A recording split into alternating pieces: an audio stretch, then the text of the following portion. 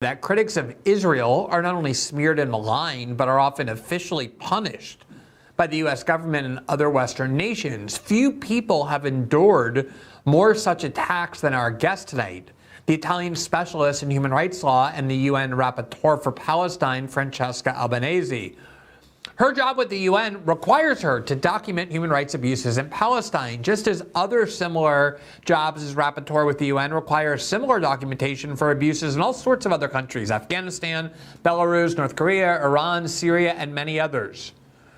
And for doing her job and doing it well, Albanese has now not only widely been branded an anti-Semite, of course, but is also being punished by multiple Western governments as well as Israel in all sorts of ways.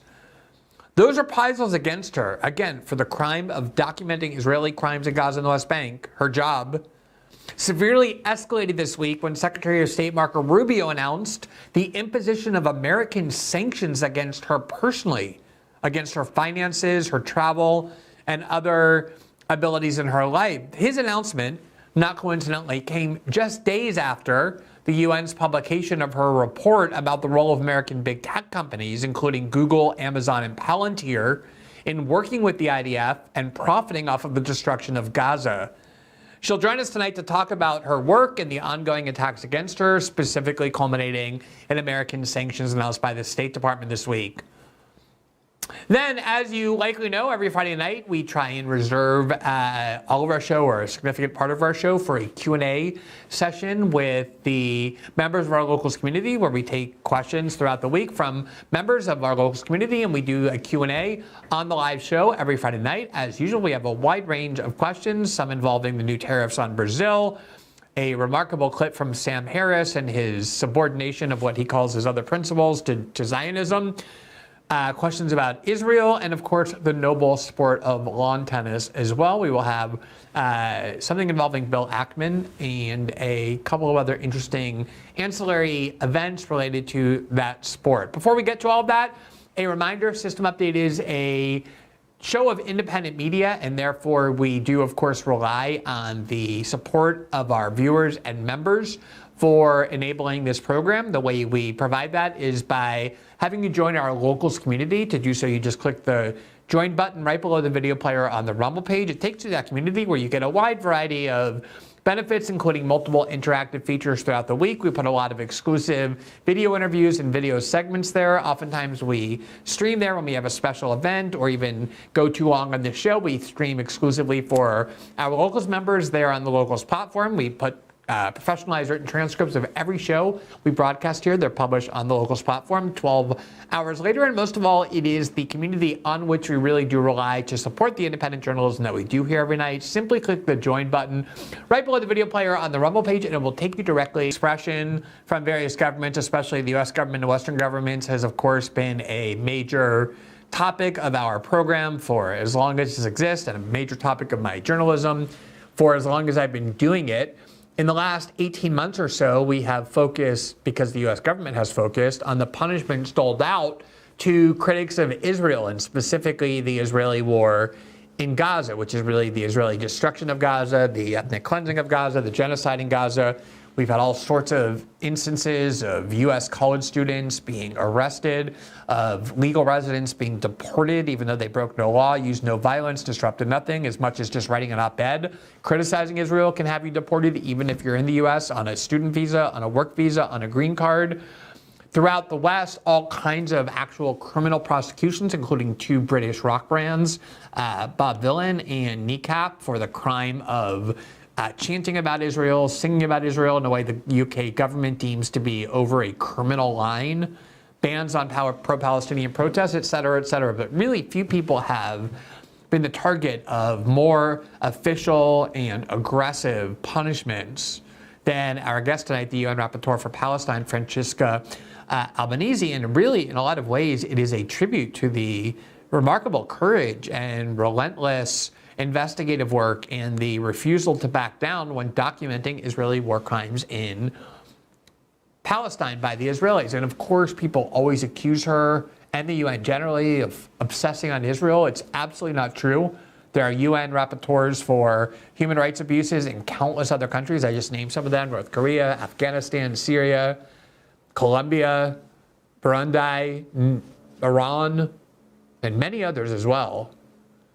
The idea that the UN focuses only on Israel or that she somehow obsesses on Israel is laughable. It's so blatantly untrue. But her job in particular is to document as the rapporteur, which is a legal position where international human rights lawyers volunteer their time pro bono to work on matters documenting human rights abuses in various areas for the UN, and her role is to do so for the Palestinians, or documenting the abuses of the Palestinians by the Israeli government, paid for and armed by the US and other Western governments.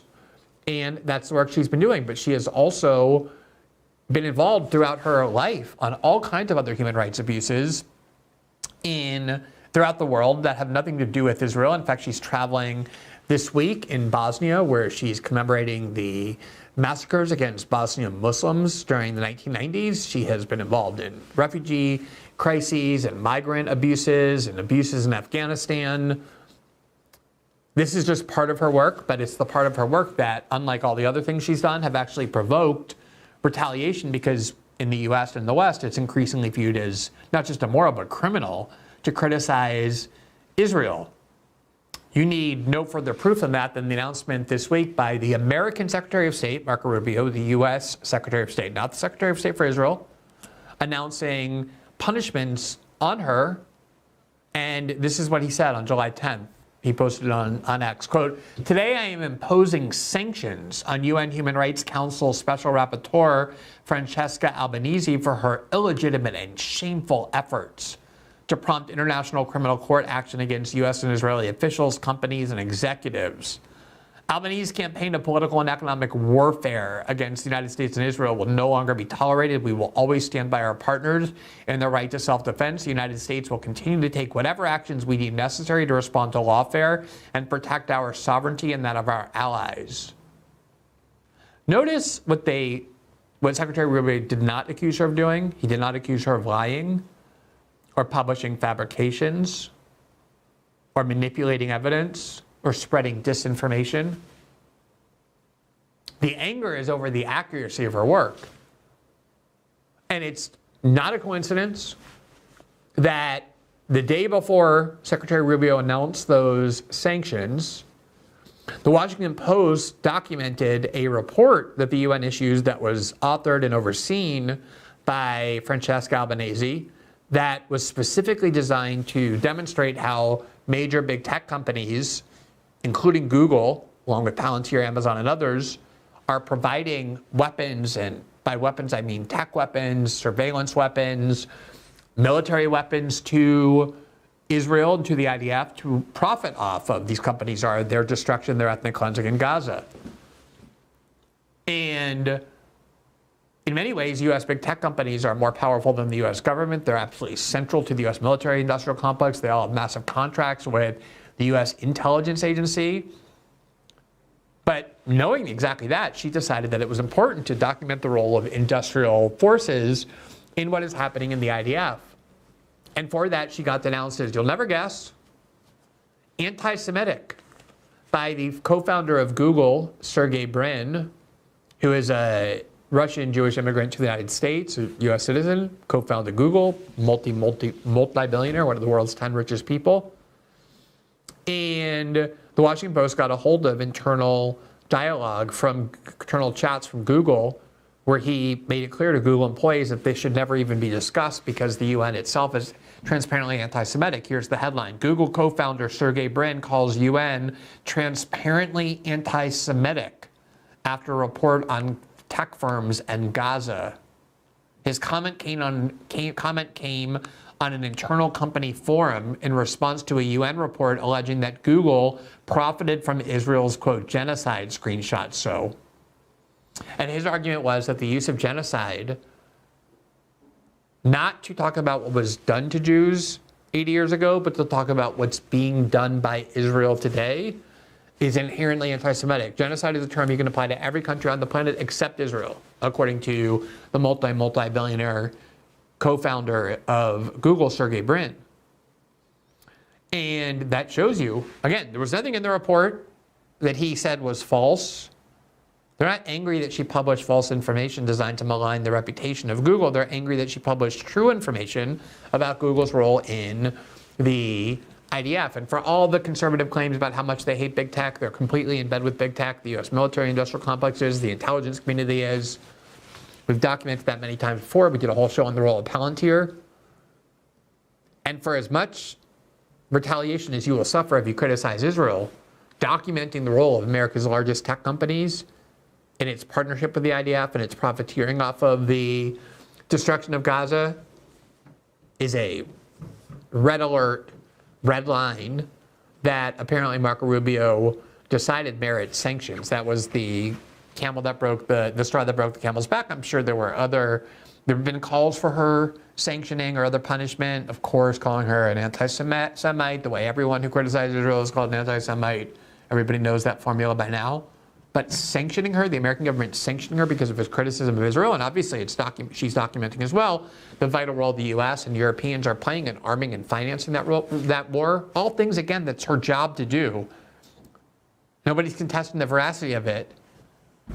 They're now going to block her finances, prevent her from using credit cards and bank accounts, whatever they can do with these sanctions. Now, again, this has been going on for quite a long time, all the way back in February 2024, just 4 or 5 months after the Israeli destruction of Gaza began in response to the October 7th attacks, which in turn was in response to all sorts of Israeli killing of civilians and children in Gaza, including in 2023, before October 7th. Not like that was a peaceful situation. The Israelis had bombed the West Bank, had bombed Gaza for many, many years, but also in 2023, killing innocents and children as usual before October 7th, just in 2023 alone. So you can't isolate when this conflict began with October 7th. There was a lot of killing by Israel taking place prior to that. And she started documenting because, again, it's her job. And this was not a role created for the response to October 7th that has existed for many years, because the Palestinians, according to international law and the view of almost every government on the planet, is an occupying force in the West Bank and effectively in Gaza because of the blockade it imposes on it. And occupied populations have rights under UN law. And again, there are many rapporteurs from many different countries. Hers happens to be the occupied territories of Palestine, and so that's where she focuses by mandate. And yet, here's the Times of Israel. Israel bans the UN rapporteur, looks to boot UNRWA from buildings on state lands. Quote, visa ban comes after Francesca Albanese denies October 7th terrorists were motivated by hatred for Jews and instead blames, quote, Israeli oppression. Refugee agency rejects calls to step down. I mean, does anyone actually think that Hamas has grievances against Israel and just went looking for Jews on October 7th? They killed many non-Jews. They kidnapped people who were workers from Thailand, from Russia, from other places who were not Jewish. Basically, it was an attack on Israel in response to Israel's bombardment, blockade, starvation, killing in Gaza. The CIA has a term for that, which is blowback. That if you go to some other country and kill their people, kill their innocent people, deny them human rights, occupy them, destabilize them, they're going to try and do things back to you. You can hate Hamas, you can say it's a terrorist group, whatever you want to call it.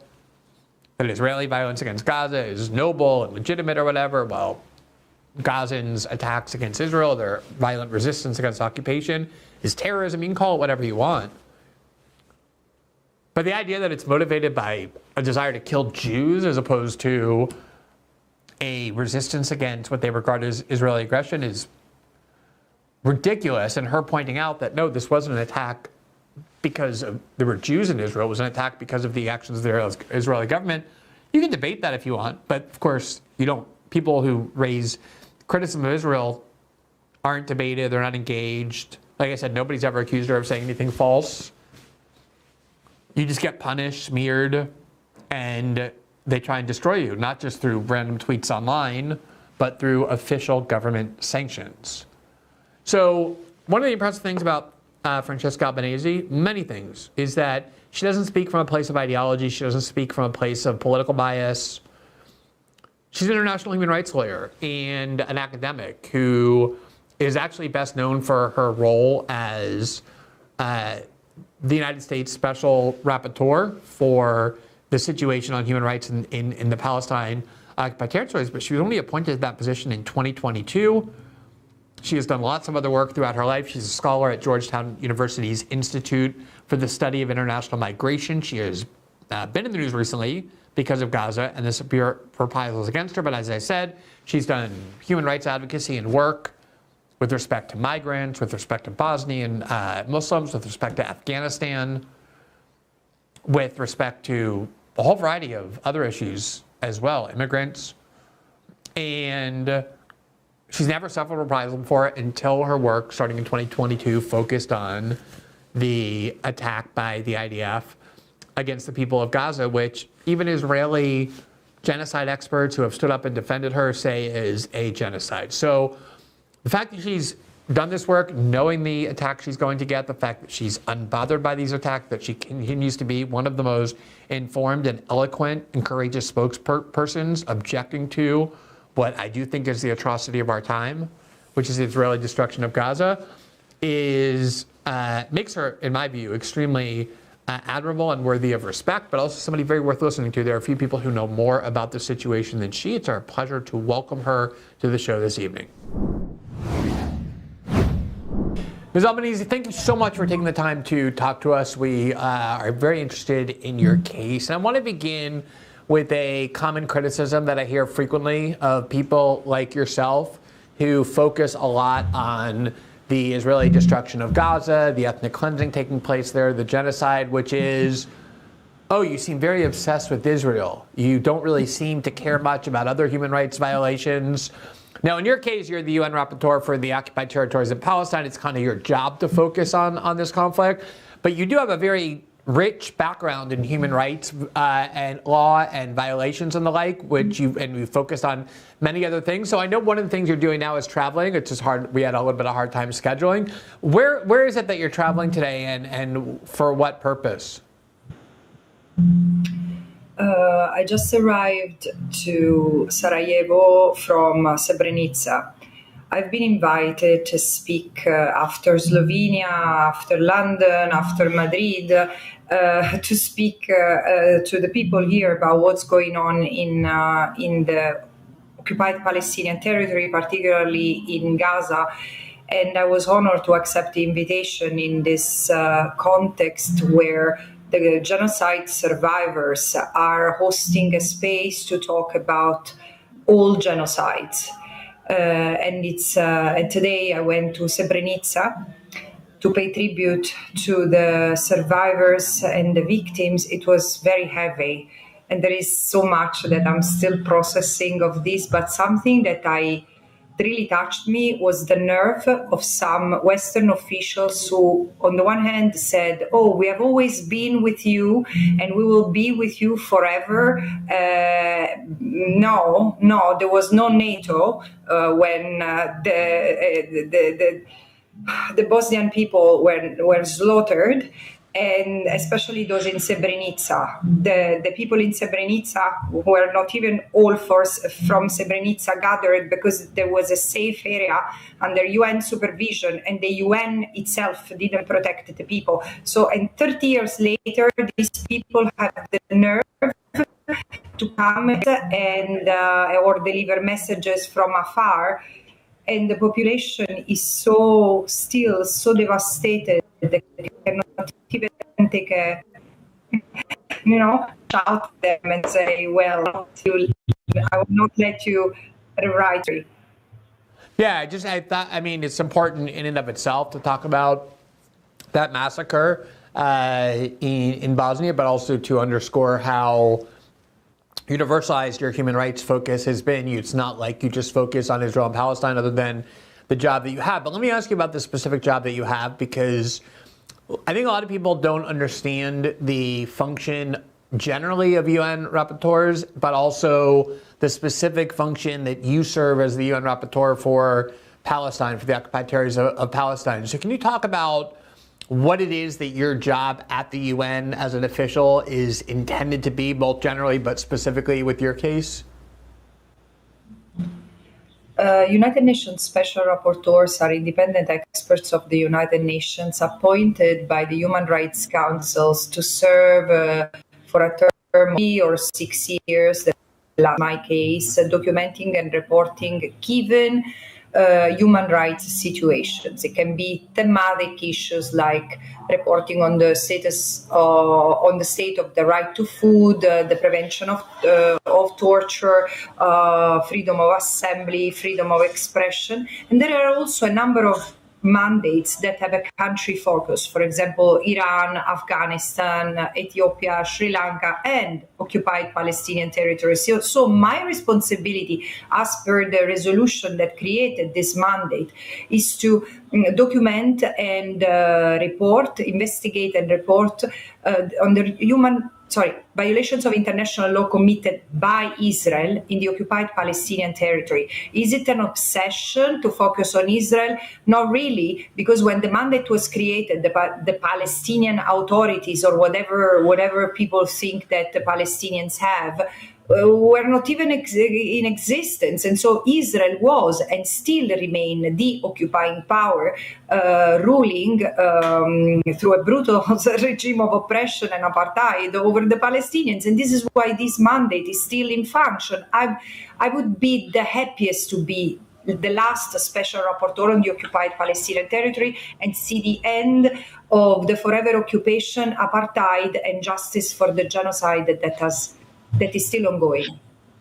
One of the reasons why you're even more in the news than you often are this week is because the U.S. State Department under Secretary of State Marco Rubio announced that there were going to be a whole variety of sanctions directed at you for your criticisms, essentially of Israel, which is your job at the UN. And I want to get into a lot of the other reprisals that you face, but I want to just focus on this for the moment because it's new. It struck me, and I'm wondering whether it also struck you as important, that the last thing you did as rapporteur before being sanctioned was the publication of this report detailing the role that key U.S. tech companies such as Google and Amazon and others play in providing the IDF with technology, with intelligence, with all kinds of instruments and weapons that they use in their destruction of Gaza. It was on the front page of the Washington Post and elsewhere, and that was followed then by the announcement of these sanctions. Can you talk a little bit about what this report was and whether you think that it was the proximate cause or the last straw, as it were, before sanctions were imposed on you? Yes.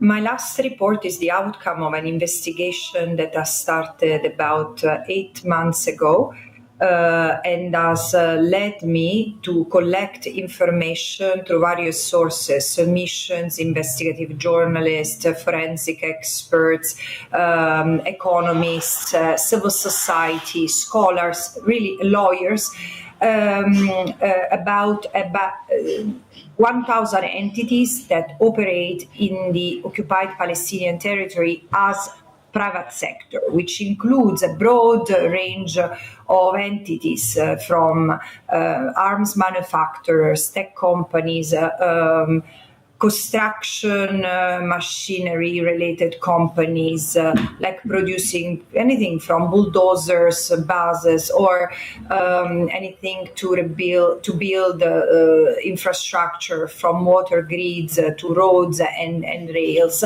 until banks, pension funds, supply chain companies, and universities.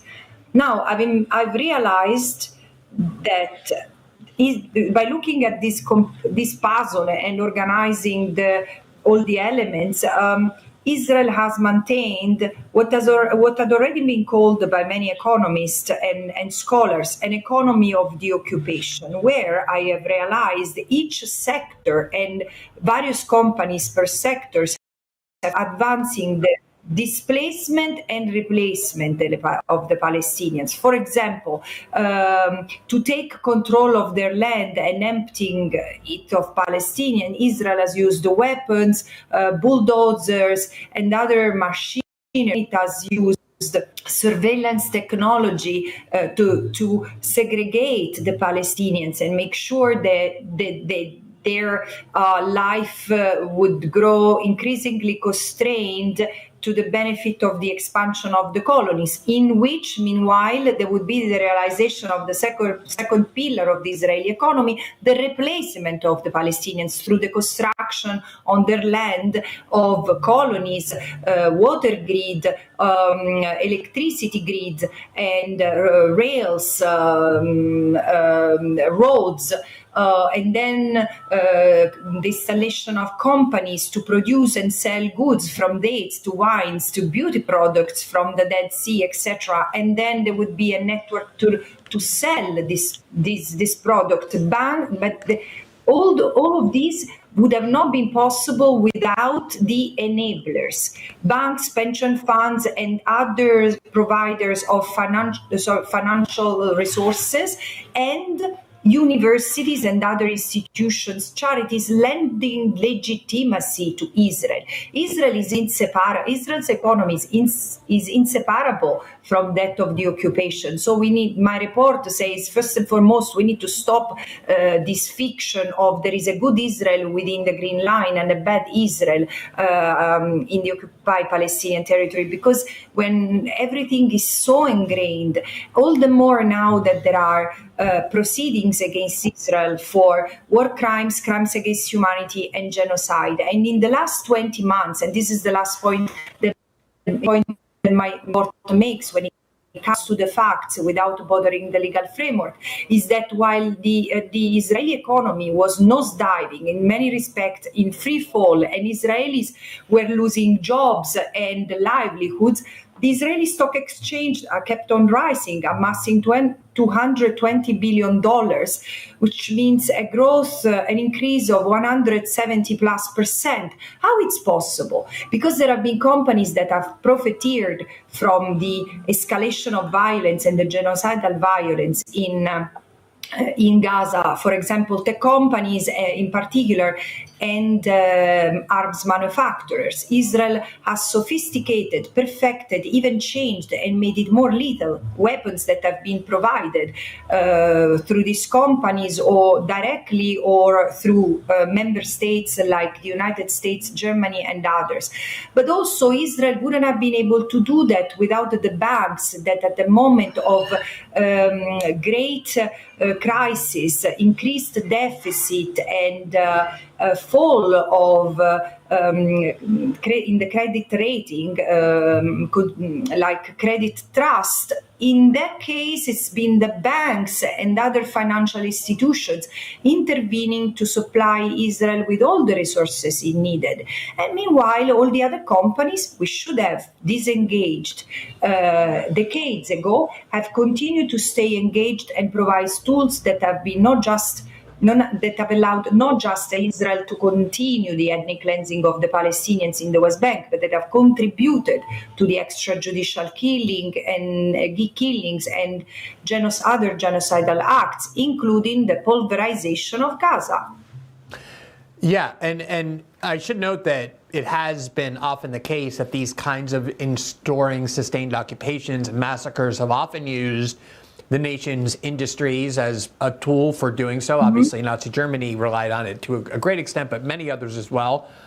But I guess one of the things I'm trying to get at is, in the United States government's mind, these companies, Apple or Google and Amazon and Palantir and others, are really kind of the crowning jewel of American power. They're very integrated into the U.S. military, the U.S. intelligence community. They provide a lot of money to a lot of politicians in Washington. And you have been the target of extreme criticism from the Trump administration, even before that from the Biden administration. And it seems like these sanctions came right as your report was issued, implicating these companies in this ethnic cleansing and genocide. And I'm wondering if you think that was what provoked these sanctions.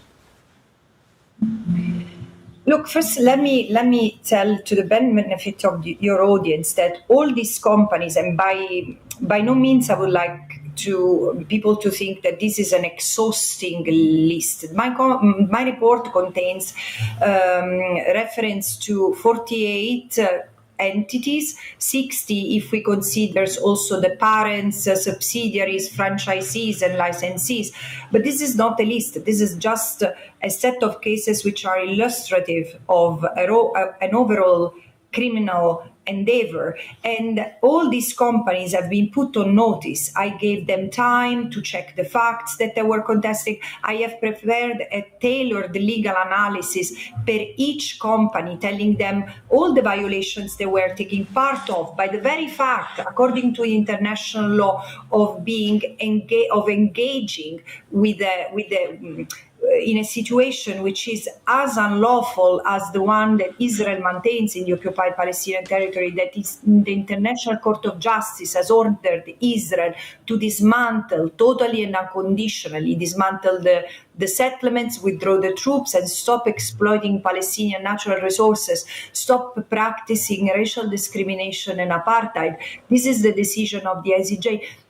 In the face of this, in the face of criminal proceedings, in the face of proceedings for genocide, companies, entities that have stayed engaged have at least contributed not just to the violation of the self-determination of the Palestinian people and the perpetual occupation that Israel maintains on their land, but also other ancillary violations by being directly linked, contributing to, and even in certain cases, causing the human rights violations. Some of these violations, like extracting from the quarries in the West Bank, as a German Heidelberg company has done, can amount to pillage. So I've put everyone on notice, from Booking.com, Google, Amazon, etc., Palantir, Elbit. They could have responded. Some of them have, a small number, 18. And the others have completely ignored my facts, but all of my facts and legal analysis. But the thing is that, you see, Glenn, my report has not been challenged substantively. It has given rise to a hurricane of violence, ignited violence against me, which is not new. I'm not new to this constant smear, defamation, reputational damage from the United States, which is unacceptable, because I'm just a legal expert serving pro bono the United Nations.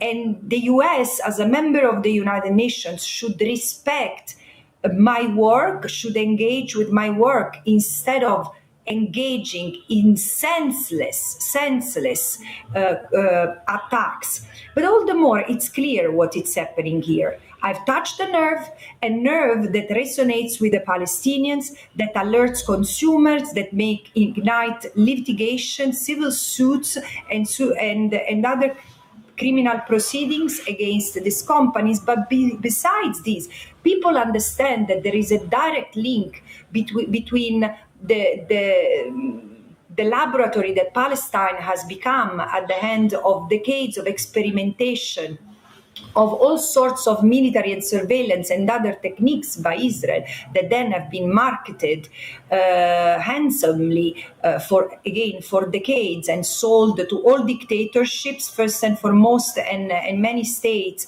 as we speak. But also, people make a link between the profits that companies like Amazon or Airbnb make, including in the context of a genocide, and the profits that these companies make in our own system in Europe and elsewhere. So these companies have become rights holders without corresponding obligation. Is the usual operating outside the law for those who detain power, where multinationals today hold more power than states and therefore more power than us. I understand why, Glenn, universities have cracked down so harshly on students, because the students have been the one exposing their complicity with the military industry, their complicity with Israeli apartheid. And this university realized, like the Technical University of Munich, that probably losing this partnership would cause it bankruptcy. So it was better to go harsh on the students. And this is what has led probably the United States administration to conclude that I'm a threat to a global economy, because I'm provoking an awakening that has not been there before through the tragedy of the Palestinians. Yeah, absolutely. And I should note, first of all, I mean, so often the worst attacks on someone comes not when they lie, but when they tell the truth that people want most to hide. And I think that's happened repeatedly in your case. And I do think it's worth noting that there are very few people who have been the target of just a more systemic, organized, official smear campaign over the last almost 2 years now than you have been. I don't mean mean comments online. I mean very coordinated attacks from multiple governments, led by Israel, led by the United States.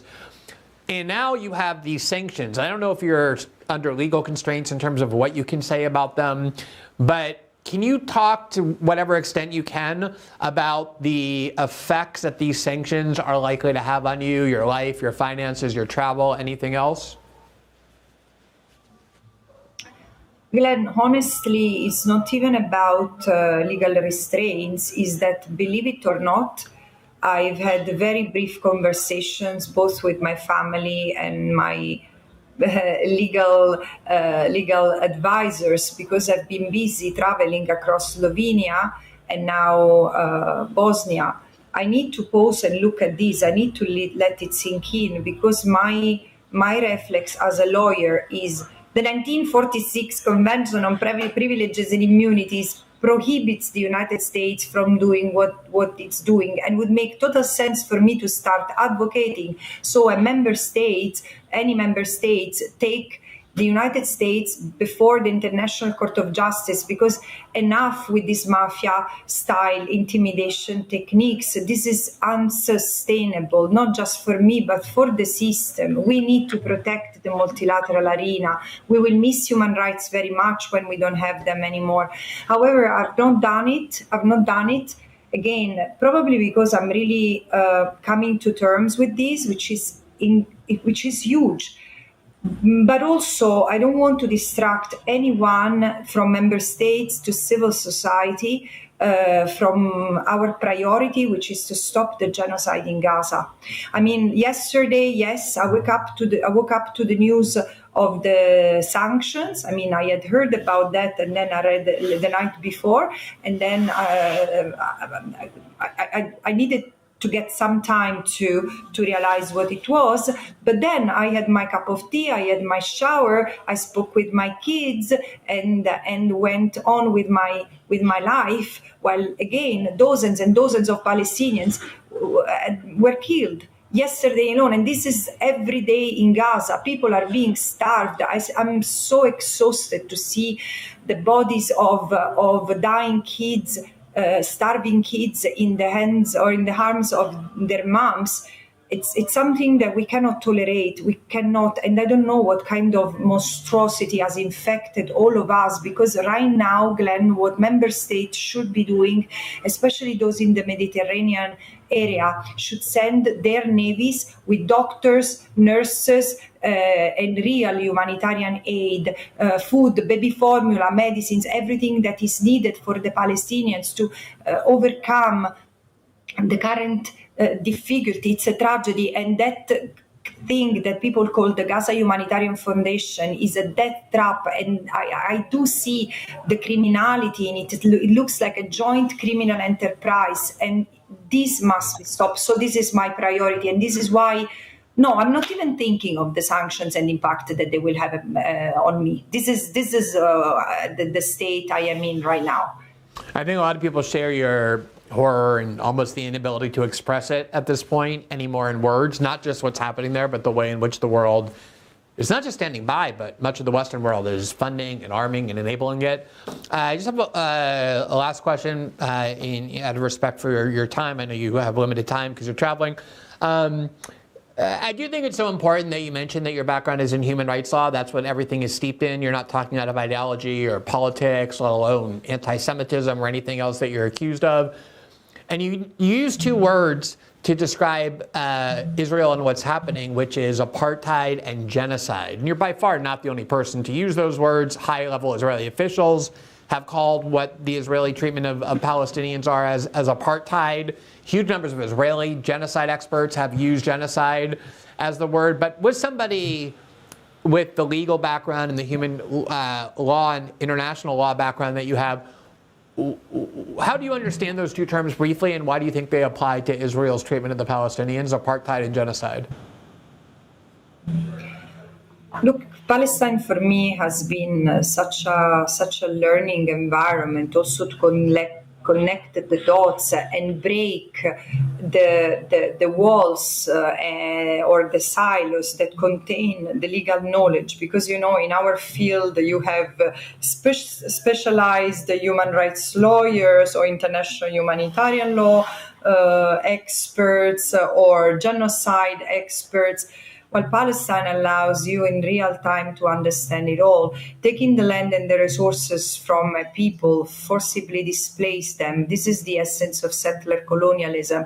And Israel has used, as other settler colonial endeavors, think of South Africa, but also think of Algeria, think of other places where colonialism has been accompanied by the transfer of civilians from the metropolis, from another place, by apartheid. Apartheid is an institutionalized system of racial segregation entailing inhumane acts, and we cannot claim that we have had a system in history of settler colonialism that was not apartheid. South Africa has given us the term apartheid, but apartheid is everywhere. There is like a legal dualism that then reflects in policies and practices in a given country, place, state, among citizens, distinguishing them and separating them according to racial lines. And Israel does it. It does it inside Israel because Palestinians have Israeli citizenship, but they have less rights. But it does so, especially in the occupied Palestinian territory, where Israeli settlers are under Israeli civil law, and Palestinians are under Israeli military rule, military orders, draconian military orders written by soldiers, enforced by soldiers, and reviewed in military courts, including for children, by soldiers. And the thing is that genocide, I've realized throughout history, genocide is the intentional destruction of a group as such in its essence and can take place through acts of killing, but not exclusively. There are genocides that have been committed exclusively through creating the conditions of life calculated to destroy, and also the separation of children. But also another act of genocide is the severe bodily and mental harm. And I would like to see who today can keep on claiming, I mean, anyone with a grain of decency, that what happens is not a genocide. However, settler colonialism carries inside it the dormant gene of genocide in its legal sense, which is a very restrictive sense, because genocide, as it has been conceived, also includes cultural elements which are not protected under the definition of the crime. And look, eventually, you know, from Srebrenica and from Sarajevo, I can tell you, it takes time. There will be one day where everyone, as an egregious, illustrious Palestinian writer has said, everyone will have been against it.